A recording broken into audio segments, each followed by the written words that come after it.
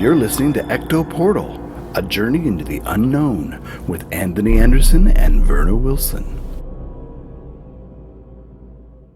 I hope that you are seated comfortably, with the light turned down and the curtains drawn.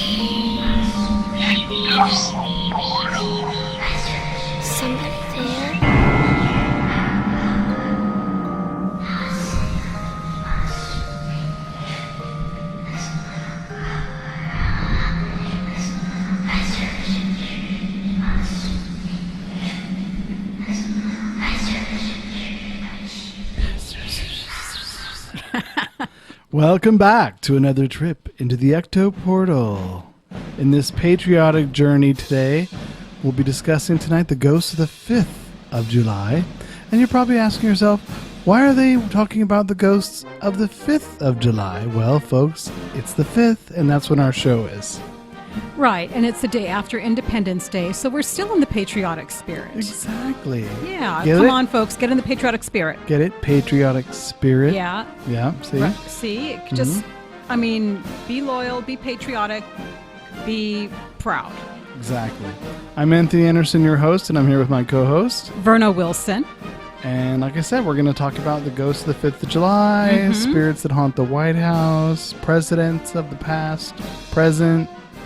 Right. Our forefathers, founding fathers, anybody connected with the history of this country where they saw their ghost, I think they made it on the show. Very possibly. We're going to cover quite a few of them tonight. Yeah, we are. We're going to discuss spirits and hauntings of our presidential forefathers, the White House, different places that have to do with our forefathers. And we'll talk about the hauntings in the stories. Some of them I had no idea that existed. I didn't know a lot of them, actually. Yeah, I was surprised by the amount of them too.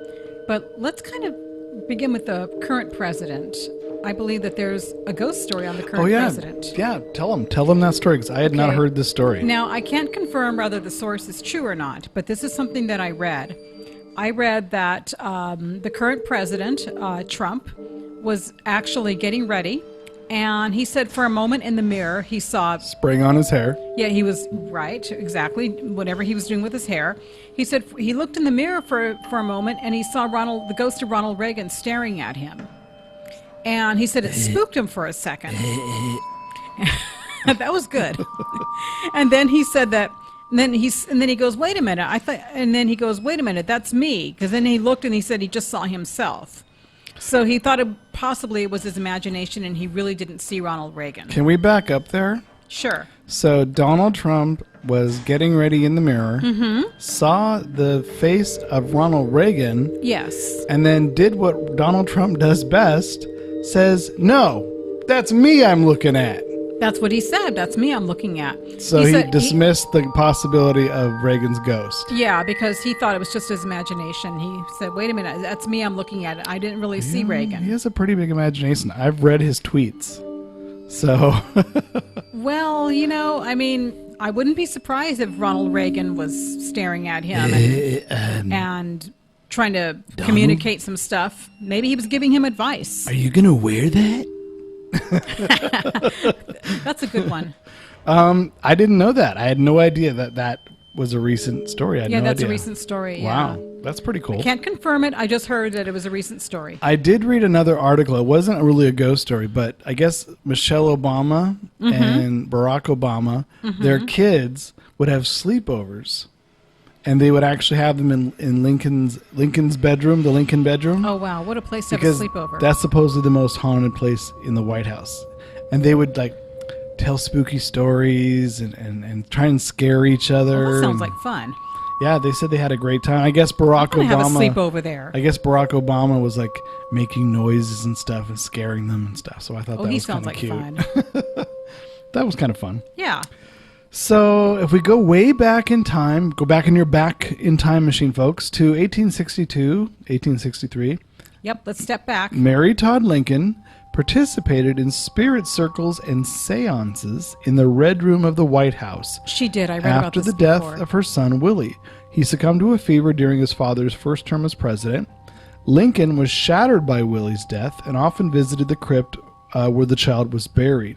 He would sit for hours weeping copiously, and Mrs. Lincoln urging seances were held at the White House with the hope of communicating with their dead sons, because they had 2 dead sons by this point. Yeah. The result of the seances was not entirely satisfying, and it's believed that Lincoln only attended 2 of the seances. Can you imagine being at one of those seances? That How would cool that actually would have be. been cool. A seance in the White House. With Lincoln. With Lincoln. And Mary Todd, who I Wow. guess was a little unhinged anyway. She had some issues, Mary Todd Lincoln. She had some mental I issues. heard that those issues were exaggerated. But she still had some. She did. Oh. I wonder if it was more, she was more like manic depressive than mental illness. Could be. Because she was awfully frantic a lot. And I think that could be manic. Well, she was also in a very high-pressured position and very stressed, probably, too. Absolutely stressed. In 1869, Jeremiah Jerry Smith, who worked as a footman, a butler, a cook, a doorman, at the White House during the Ulysses S. Grant administration in the late 1860s, until his retirement approximately 35 years later, Smith claimed to have seen the ghosts of Lincoln, Grant, McKinley, and several first ladies. That's pretty impressive. That's pretty impressive. That's a lot of. It's like a laundry That's a lot list. of apparitions to see. In 1911, President Taft's administration was frightened by what they claim is the spirit of a 15-year-old boy. President Taft ordered his aide, Major Archibald Butt, to tell the White House staff that the first member of the staff to repeat any of the stories about the boy would be fired. I've heard about that young boy. So I'm guessing the Tafts weren't a big fan of the paranormal. It's funny how, look, just so many, literally 50 years later, from the Lincolns to Taft. Now, the young boy? He was a young boy of son of one of the servants that worked there, or one of the household. Is what it was. What the legend was about him. I don't know. I didn't see any more details other than that it was a 15-year-old boy that Okay. they saw, which I thought was interesting. Yeah. Now, some of the most haunted places in the White House, the attic, which I thought was an interesting place. It's the most cliche place to be haunted. It's the cliche, attic. but it happens. If you're gonna have ghosts, Attics. everyone assumed they're gonna be in the attic. The attics usually were. Yeah. Well, William Henry Harrison holds the dubious distinction of being the shortest-serving president and the first to die in office, succumbing to pneumonia a mere month after his inauguration. However, subsequent residents have believed that Harrison's ghost still haunts the White House attic, rummaging around for something unknown. Several presidents have reported hearing the unexplained noises coming from the attic above the Oval Office. Others report that Harrison is not alone. A Truman-era security guard once reported hearing, "I am David Burns," coming from the attic above the Oval I Office. am David Burns. Did they have any idea who David Burns is? In 1790, David Burns was the man forced to surrender his land so that the White House could be built. Oh, well, that doesn't surprise me that he's pissed off still. He's like, I want my land back. But why doesn't he go down to the Oval Office? Why is he hanging out in the attic? Yeah, why the attic? And walk into the Oval Office and say, hey, Complain to the administration or something. don't call though, because nobody's going to answer your phone calls right now. Just saying. No, not now. No, I wouldn't. The Rose Garden, I've heard about the Rose Garden. planted by First Lady Dolly Madison in the early 1800s. 100 years later, when First Lady Eleanor Wilson requested that the garden be dug up, garden workers reported that Madison's ghost appeared and prevented them from destroying her garden. Since then, other White House insiders have reported an occasional and a smell of roses in the White House. These instances are often credited to her ghost. I thought that also Pat Nixon and Trish Nixon reported something like that because they were very involved in renovating the Rose Garden, and I thought they reported smelling roses. They might have. I mean, Yeah. this is just what I found when I was Yeah. looking around. The basement. This is an interesting one. White House basement reconstruction in 1950. Okay. The White House lore tells us something particular dire lurking in the basement. Unlike the other areas of the White House that are inhabited by spirits of figures from American history, the basement is said to be the home of a demon cat. I've heard more than one cat haunts that White House. Those who have reportedly seen the cat claim that it first appears as a small kitten, but as you get closer, it becomes larger and a larger phantom beast. Here, kitty, kitty, kitty. Exactly. Oh, kitty, kitty, no, kitty, kitty. Stay back, don't follow me. Yeah. According to the legend, many years will pass with no one ever encountering the demon cat. But when it does appear, it serves as a warning of a great national disaster. The demon cat was sighted shortly before the great stock market crash of the 1920s and right before President Kennedy's assassination. Uh-oh. So it's like a Nostradamus cat? Well, if we hear any Pustradamus? sightings of that cat, we know something's going to happen. It's Pustradamus. Pustradamus. That's a good one. Oh my God, I love that name, Pustradamus. But what I I would- have a good solution for that cat so What? that he won't bring bad luck. Get him fixed? Give him temptations. All cats like Oh, that. there you go. He'll purr Will and there he'll not be a roll disaster over then? and If you give him temptations, will there not be a it'll disaster? avert disaster. I'm joking, but it might avert. It might avert it. You heard it here, folks. Verna said if you take cat temptations, Shake the bag. you'll be able to divert disaster. So just Yeah. remember, if you have that oncoming job interview you think you're going to fail at, or some big project you're going to fail, eat some temptations, folks. You'll divert disaster. No, the cat will eat temptations. Shake it at Well, the the cat can have some too, but depends I on don't whose think- disaster. I don't think a human being would want to eat temptations or cat treats. You remember giving those to your cat. I don't know. I don't know. My cat only would eat dry food and wet food, but they wouldn't Anthony, eat those. next No. time you have a cat, It's going to be soon because I'm getting that. Okay. Anyway, but it won't be a demon cat. Just telling you. it now. won't be Pustradamus. Won't be Pustradamus. No. That's a good one, Pustradamus. Although I do like the name. It'd be interesting to name your cat. Hi, what's your cat's name? Pustradamus. Why? Because it can tell the future. And then I give it temptations to divert Oh, your I'm sorry, disaster. That cracks me up. Poor Pustradamus. Meow. Pustradamus, the first one coming from the mouth of Anthony. That's right. The second floor hallways, the second floor of the White House is the residence for the first family. So many of the stories emerge from this area come from presidents and their families. One of the most frequently reported White House ghosts is that of President Abraham Lincoln. In the second floor hallways I've heard about Lincoln's ghosts. are some of his favorite haunts. Lincoln has been seen or heard by many residents, including First Lady Eleanor Roosevelt. President Truman once claimed to have heard Lincoln pacing the hallway and knocking on his bedroom door. It's not just Lincoln in the halls. President William Howard Taft, the one who doesn't believe in any of this stuff and wants to fire everybody, became the first person to report seeing the ghost of First Lady Abigail Adams, who he saw floating through the doors on the second floor. Well, she did live there. It's funny that he can report these sightings, Yeah. but anybody else who talks about them, they're fired. What's that about? Well, he probably didn't believe in it either. Unless there was until- another President Taft that I'm just not aware. I don't know. Yeah, well, don't know my he presidents probably that didn't well. believe in it until he witnessed it himself. Wait till he sees Pustradamus. Pustradamus. Second floor bedrooms, the master bedroom. Various bedrooms on the second floor are used for the president's family and guests. One husband and wife pair saw the ghost of a British soldier tried to set fire to their bed. He probably still pissed off that the Americans won. Get over it. Exactly.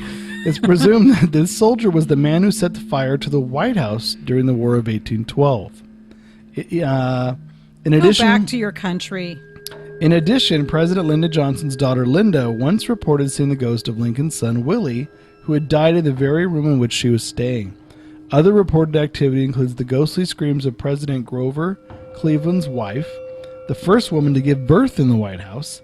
Following renovations in 1952, activity in the bedrooms has decreased significantly. So, renovation. Again. Renovations will do that. Yep. Renovations usually stir things up, but it can also change completely. It definitely can, yeah. So maybe something's like, I'm moving on. I've heard of people, whenever they have renovations, it stirs up a lot of spirit activity in the house. I'm doing renovations in my house right now. Who knows what that's going to stir up? See, you never know. And by the way, everybody, when I mentioned go back to your country, I meant I'm talking about a ghost who can't get over the revolution that we won. That's all I meant. She's not imposing a travel ban on ghosts. I'm not saying anything offensive or anything silly like that. I'm talking about a ghost. She just means a partial travel ban on ghosts. Well, American Revolution, it was over a long time ago. It was. Yeah. The Yellow Oval Room. During Lincoln's administration, the room was his personal library and one of his favorite rooms in the White House. Numerous White House employees have reportedly seen Lincoln gazing out of the windows of this room. First Lady Grace Coolidge also claimed to have seen him in here. Can you imagine the books they have in there? Oh, my God. Oh, I know. In addition to Lincoln, the disembodied voice of David Burns, as we said, the man whose land it was, has been heard from this room. First Lady Mary Todd Lincoln has also reported seeing the ghosts of both President Thomas Jefferson and John Tyler there. Thomas Jefferson plays his violin in the Yellow Oval Room. I've heard about that. David Burns, who owned the land in the White House, has also been seen and heard in this room as well. So that's interesting. It's a pretty popular room. I've heard some rumors that Jefferson actually haunts the former slave quarters in the Jefferson estate. Maybe. Yeah. I mean, he did have slaves. A lot of them did. And I've heard that he haunts his former estate, and I've heard rumors that people have seen him haunting him where the former slave quarters used to be. But I think in West Virginia is where he's from, where he lived. Yeah. The North Portico, the White House entrance, has a number of notable ghost fixtures. A torch-wielding British soldier, likely the same soldier that earlier, is often seen standing outside the front door of the White House. People have reported seeing long-deceased White House ushers and doormen still tending to their duties. Perhaps the most bizarre is the ghost of Anne Surratt, whose mother, Mary Surratt, was hanged in 1865 for her role in the Lincoln assassination. Anne's ghost has been spotted pounding on the White House doors, begging for her mother's release. She's also reported to sit on the front steps every July 7th, the anniversary of her mother's execution. Oh, that's sad. So that'll be this Friday. If you're happen to be on the front steps of the White House, make sure you look here for Mary Surratt, or Anne Surratt, sorry, because she'll be there grieving her mother. That's very sad. Do you remember what her mother's role was? Conspirator. Was part of the group with John Wilkes Booth to assassinate the president. They actually had planned to assassinate more than one of the administration at the same time. She really did conspire, or she? Yes, she did. They found out she did. That's sad. That's awful. It is. That's what I mean. God, you don't get involved in crap like that. Nope. From 1757 to 1775. Ben Franklin lived in an elegant four-story Georgian house at number 36 Craven Street in London during his time as an ambassador for the American colonies. In late 1998, a group calling itself Friends of Benjamin Franklin House began to convert the dilapidated building into a museum to honor Franklin, whose other home in Philadelphia had been razed in 1812 to make way for new construction. A ghost house frame now sits on the actual site. 1 month into the renovations, a construction worker named Jim Field was working in the basement when he found something odd. A small pit was in a windowless basement room. Inside, sticking out of the dirt floor, was a human thigh bone. The police were called and supervised excavation continued. More human bones were pulled up, and more, until some 1,200 pieces of bones were recovered. Initial examinations revealed that the bones were the remains of 10 bodies, 6 of them children, and were a little more than 200 years old. Their age discouraged any interest from Scotland Yard, but piqued the curiosity of historians and the Institute of Archaeology. The bones' age meant that they'd been buried in the basement around the same time that Franklin was living in the house. That's creepy. It is. The doctor did it. Did America put a serial killer on the $100 bill? Probably not. And a continued study of the bones revealed that some of the bones had been sawed through. Others bore the marks of a scalpel. A few of the skulls had been drilled into, and evidence pointed not to murder by Franklin, but anatomical study by his friend William Hewson. Hewson had been a student of the anatomist William Hunter, who until the two had a falling out, and Hewson broke away to continue his own studies. Anatomy was still in its infancy, but today's social and ethical morals frowned upon it. Dissection of human bodies was prohibited by law. A steady supply of human bodies was hard to come by legally. So Hewson, Hunter, and the field's other pioneers had to turn to grave robbing, either paying professional resurrection men to procure cadavers or digging them up themselves to get their hands on specimens. Researchers think that the 36 Craven was an irresistible spot for Hewson to establish his own anatomy lab. The tenant was a trusted friend, the landlady was his mother-in-law, and he was flanked by convenient sources for corpses. Bodies could be smuggled in from graveyards and delivered to the wharf at one end of the street, or snatched from the gallows at the other end. When he was done with them, Hewson simply buried whatever was left of the bodies in the basement, rather than sneak them out for disposal elsewhere and risk being prosecuted for dissection and grave robbing. How involved was Franklin? No one knows for sure. As far as friends of Benjamin Franklin House will speculate, Franklin could have known what was going on in the house, but didn't actually participate. He was, after all, more interested in physics than medicine. It's also possible he wasn't using the house during the dissections and had no idea this was happening. Friends have found some evidence that Franklin let Hewson have use of the whole house for a while and lived up the street with the landlady during that same time. The year that Franklin left England and returned to North America, Hewson fell victim to his scientific pursuits, accidentally cutting himself while dissecting a putrid body and dying from an infection. Ew. Just desserts. Ew. Now, had he seen Pustradamus, he might have known that was going to happen. Pustradamus would have predicted that. See? Yeah. So there you go, Benjamin Franklin. Who knew? That's kind of a weird, morbid story. And well, either he knew and he turned a blind eye, or he really didn't know what was going on, and he just kind of lived a few doors down, or he lived away. Yeah. He lived. Well, he lived. Yeah, that's where he lived. It's where he lived. But he lived in a lot of different places too. Yeah. So, or maybe he was away. Yeah. When he came back, that's when all the funky stuff happened. But you got to think, this is before we had donors. Donors, yeah. So bodies were scarce to use for medical science, and Yep. you know, everyone's like, "Oh my God, that's so horrible and morbid. How could they do that?" It's how they But you know, discovered folks, what happened. that's how they're able to provide you health care nowadays, because Yeah. they had to do all these things to figure out how things worked. It's true. Yep. That's how they studied the human anatomy at the time. Exactly. And if Yeah. they're convicts or people on the gallows, you know, Yeah. I mean, they usually gave them a decent burial, but well, it's kind of morbid, but you know, all for the good of science. yeah, all for the good of So science. what did you find? I know you're looking for something else. I did. I didn't find one on a president. I found one on a founding father. Okay. The ghostly presence of Alexander Hamilton.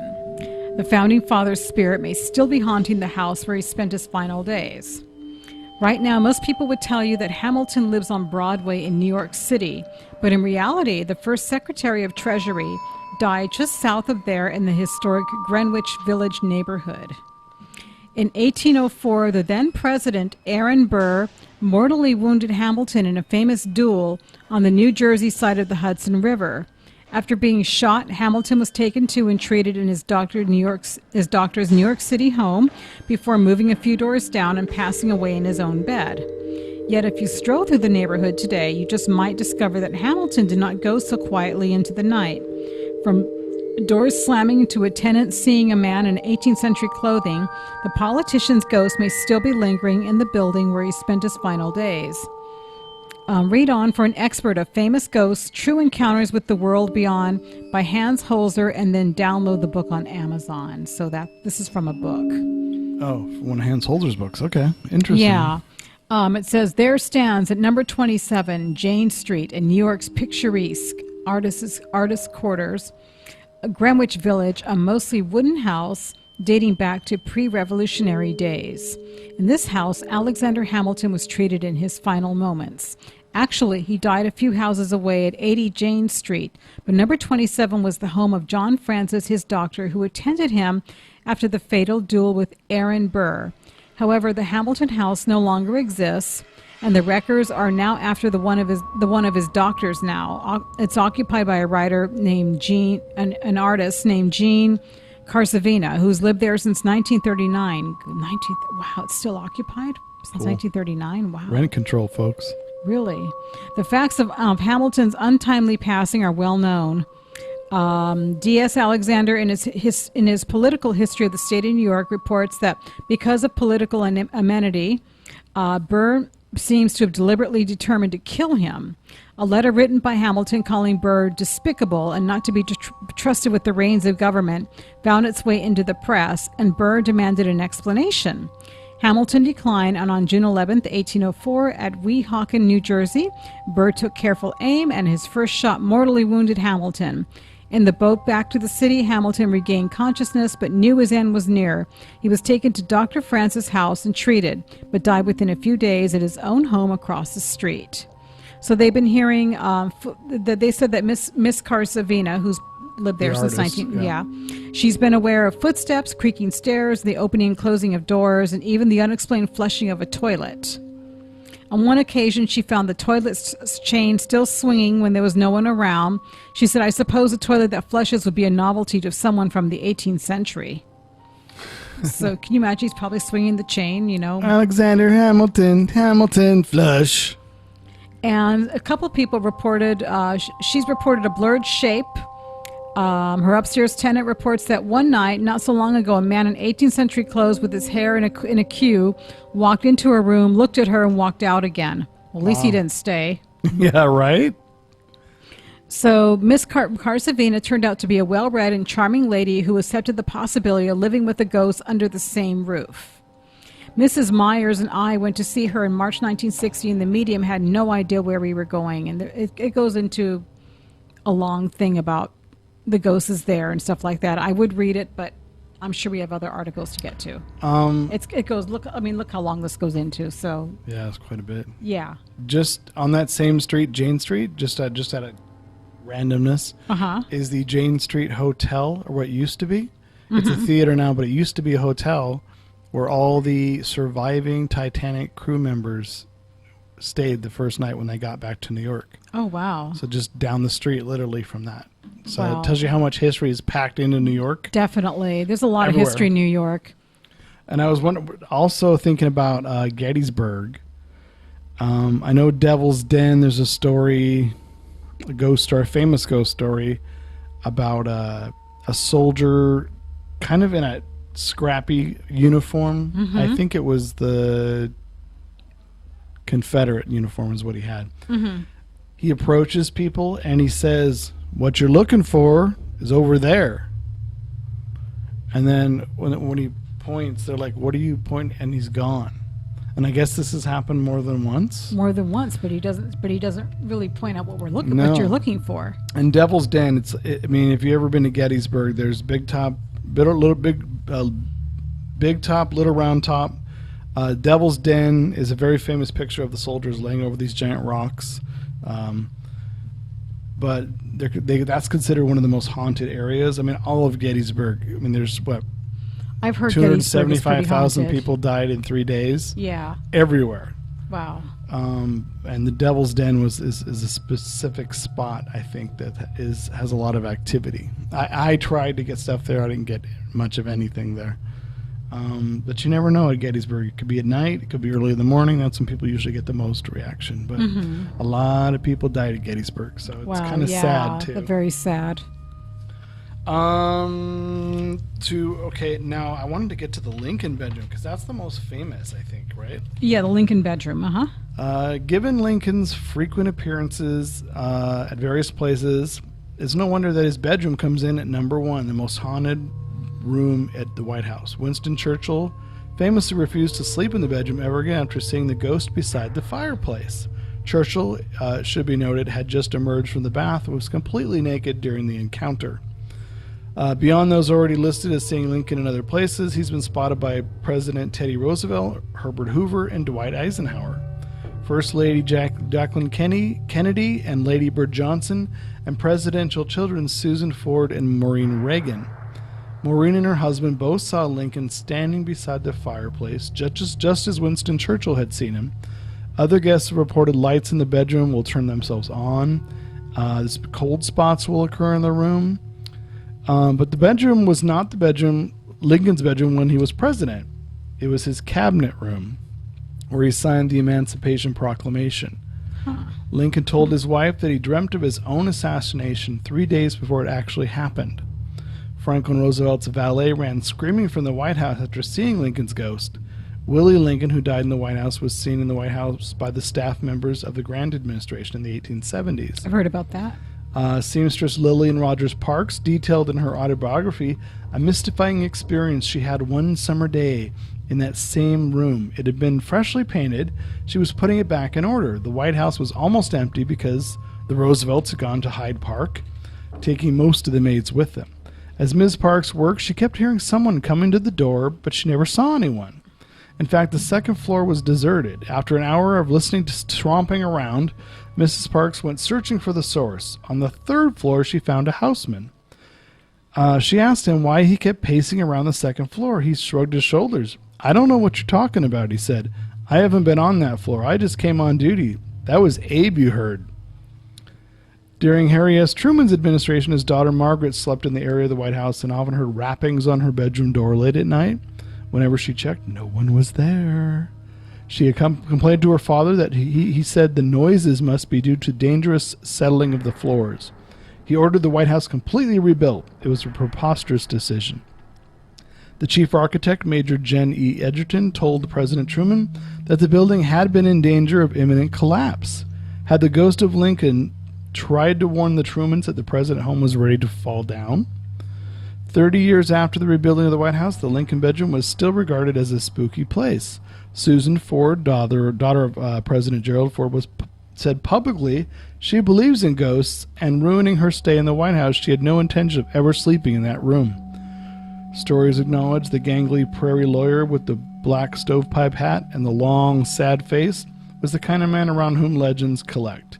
If one were to believe in ghosts, one would have to believe that the spirit of Abraham Lincoln still watches over the nation he fought so gallantly to preserve. There's even one for President Bush. His daughter Jenna said one night, while living in the White House, she heard the 1920s era music playing from a fireplace. She ran into her sister's room, but her sister shrugged her off. Jenna then dared her sister Barbara to spend the night in her room following the evening, and both heard the music again. When they told the White House staff about the sound, they said they hear it all the time. Susan Ford, daughter of President Ford, ran smack dab into the specter of a Civil War President Abraham Lincoln alongside the fireplace in the same bedroom on her father's last night as president. The girls hoped to see Lincoln putting on his boots, just as one of the Franklin Roosevelt's clerks had seen. The risk paid off, but in an unexpected way. Susan awoke to see her mother, Elizabeth, dressed in a sheet, reciting the Gettysburg Address. Crazy. We were like, "Yeah, Mom, we're a little too old for that," Susan joked. Similar to Susan, Maureen Reagan bumped into Lincoln's spirit walking in one morning in the Lincoln bedroom, in the words of her father, Ronald Reagan, to a figure standing at the window looking out. She could see the trees right through it. Again, it turned and disappeared. Apparently, Reagan's dog, a spaniel named Rex, also sensed Lincoln's ghost, barking frantically near the door to the bedroom, but never setting foot inside. He used to bark at the ceiling for no reason. Interesting. Yeah, that I've heard about the White House dogs, barking at phantoms, things like that. What was the Clintons? Boots, the cat? Boots, yeah, socks. Oh, socks. Boots, yeah, socks, boots. Yeah. I wonder if Socks got along with Pustradamus. Pustradamus? Well, they probably fought over territories, I would imagine. You probably went, yeah. But maybe Pustradamus could have said, "Impeachment's coming, Mr. Clinton." They probably hissed at each other and probably just turned around and walked away. That was it. Pretty much, probably. So, but this shows there were a lot of ghosts with presidential figures of the past.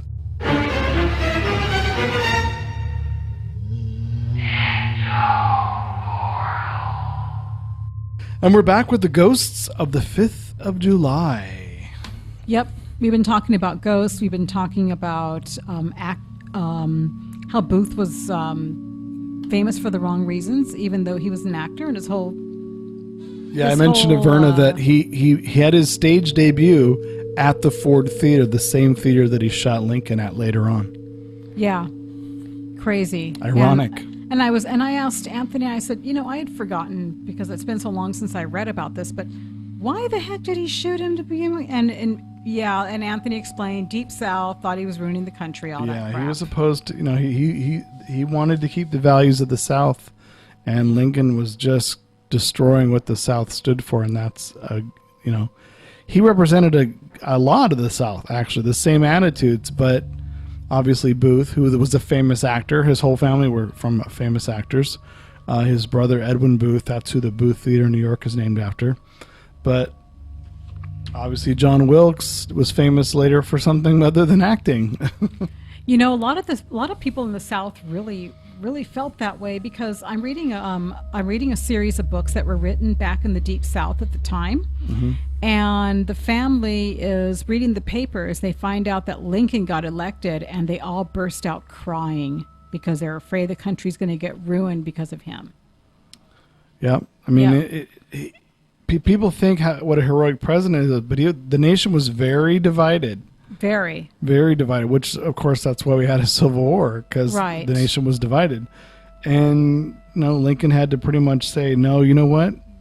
I'm going to go with what's right as opposed to what's popular. Right, exactly. A lot of people, they had all their farms, their plantations, their businesses tied up in slavery, and they didn't want to change anything. And they didn't. And then he said, no, we can't do this.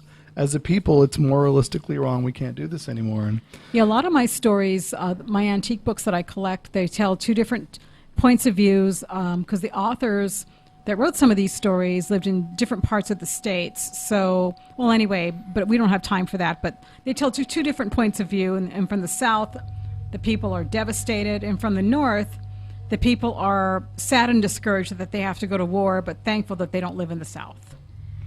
Sounds a lot like right now. It does. It really does. Sadly enough, it does. But, I mean, I wonder, with the Ford Theater, I know that they were, I didn't know, here's some things I didn't know about it. Booth, let's see. The federal government took possession of the building after threats of arson were made against the theater's owner, who, should he reopen it after the assassination. Oh, wow. So the theater was converted into a 3-story office building that housed the Army Medical Museum, the War Department, and the Office of the Surgeon General. In 1893, the front of the building collapsed, plunging workers, desks, and filing cabinets into its cellar. 65 people were injured, 22 were killed. The building was largely left vacant for 60 years until Congress approved funds for restoration. The theater was reopened in January 30th, 1868 as a National Historic Site and working theater. Ford's Theater today still presents live theater and is an organized museum of Lincoln's presidency, assassination, and legacy. I bet there's a lot of heavy security around there, too. Oh, I'm sure. The theater plays host to many paranormal spectacles as part of its traumatic deaths, which have occurred there. Residual energy is witnessed as the events of Lincoln's assassination occasionally repeats itself by sounds of running footsteps heard towards Lincoln's box, a gunshot, screams, and shouts of murder.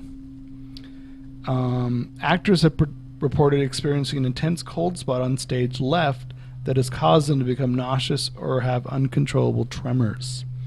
Booth's spirit has also been seen scurrying across the stage, reenacting his getaway, which is interesting. I was wondering, did they see Booth? Yeah. I guess so. I guess they did, yeah. That's crazy. Here's a list of presidents who have died in the White House. I didn't really realize how many there were. Okay. 1841, William Henry Harrison. 1850, Zachary Taylor. 1865, Abraham Lincoln. 1881, James A. Garfield. 1901, William McKinley. 1923, Warren G. Harding. 1945, Franklin D. Roosevelt. And 1963, John F. Kennedy. It's quite a list. That is a list. And it's funny because I don't know if any of these guys have ever been reported as being seen. Well, besides Lincoln. Yeah, I don't Lincoln. think I don't hear anything about Kennedy. Maybe I think William Henry Harrison was one of the only other ones in 1841, but Kennedy, no. Strange, I don't hear anything about Kennedy, and that's that was such a traumatic event when that happened, and you would think that, but you don't hear anything. So I know, weird. yeah. Independence Hall in Pennsylvania. Entities have been seen wandering around the first floor of the hall's central clock tower. Of course, Independence Hall is the first Congress. Mm-hmm. If you've ever been there, if you ever get a chance, make sure you check it out. It's right across the street from where the Liberty Bell is held. Liberty Bell used to be in the tower, but they moved it to its museum place. Park ranger was about to close the building for the night when a security alarm went off on the first floor level of the clock tower. As he entered the area, he saw a male apparition dressed in 18th century clothing. The entity of Ben Franklin has been seen around his favorite places in Philadelphia and Independence Hall. He's seen a whirling dynamo in his lifetime. He may be having trouble taking his eternal rest. The entity of Benedict Arnold is seen there as well, perhaps reliving his troubles. Arnold died a bitter, remorseful man, and who's probably restless, still trying to settle his troubles at Independence Hall. So that's interesting.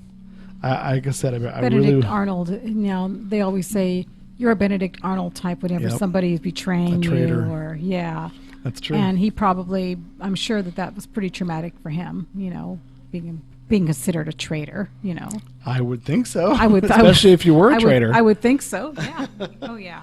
So I was just telling Linda that no one has ever investigated the White House. There's never been a paranormal investigation ever. You mean you just told me that? Right, off air. I'm just saying that's what I told you off air. Oh, you said Linda. No, I said I just told Verna off air. Oh, I thought I heard the word You Linda. are tired. Oh, I am tired because I thought I heard Linda. Sorry. Nope, you can listen on playback. Ooh, okay. There's never been an investigation of the White House. And you would think that you would think that people might have asked for permission, or they probably won't grant it. Well, I guess the Warrens have asked before. Oh, have they? Yeah, and Joshua Warren asked again. He's the grandson. Well, I'd love to investigate just so I can take a look at that library. Well, you could probably take a peek on the tour even, I imagine, but... Yeah, but they won't let you linger and look at the books. No, they're not going to slink into a chair with a stack of books. As much as you would probably love that. But if I had to investigate, I couldn't sit there and linger and look at books anyway. They wouldn't let me. Hey, if the White House is really in dire straps for money, you can start renting out the place to paranormal groups to do investigations overnight. It is a good way to make money. Yeah. Can you imagine? Even 2 or 3 rooms, you would get a lot of money. People would pay a lot of money to do. You would get a lot of, and probably a lot of evidence to go with it too. I think so. Yep. I would pay. I don't know how much I would pay though. How much would you pay? To what? Stay overnight and investigate 3 different White House? rooms. How much would I pay? I don't know. $100. Okay, you're probably low. You're probably lowballing because that's like an average ghost hunt. I am such a cheapskate, aren't I? Well, I'm not going to say anything, but you can comment on yourself. But that's the average going rate is $100 for most places. Oh, is it? Well, then I'm not that much of a cheapskate. Well, no, but this is the White House. Oh. Well, I don't think I'd like to pay very much, but we would have to ask Pustradamus if we would see or experience anything, and it would be worth paying the money to go into the White House. Here, kitty, temptations. Get Temptations, have a few temptations. Shake the bag. That's right. I would totally do that. I would host I the would love to catch investigations. Pustradamus. Isn't that crazy? Here we are thinking about the White House capturing these ghosts, and all we think about is capturing Pustradamus. Pustradamus. We're nuts. The demon cat, the devil cat. Yeah. I would love to see a picture. I would love to find out a story about actually one of the presidents that saw him. Because it said the Kennedys saw him right before he was assassinated. Well, in the fall of the stock market in 1920.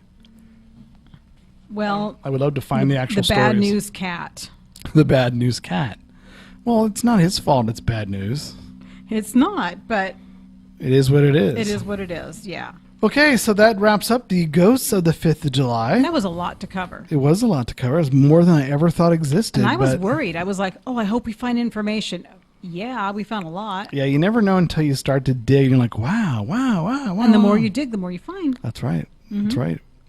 So now you know more about the White House and its hauntings than you ever thought you'd ever know. Yeah, it makes you want to take a trip there. Doesn't it? Yeah.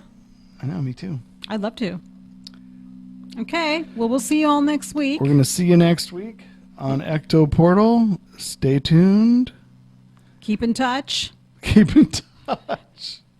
And just keep watching out for articles and stuff. And we will see you all next week. Yep, we will see you all next week. Bye.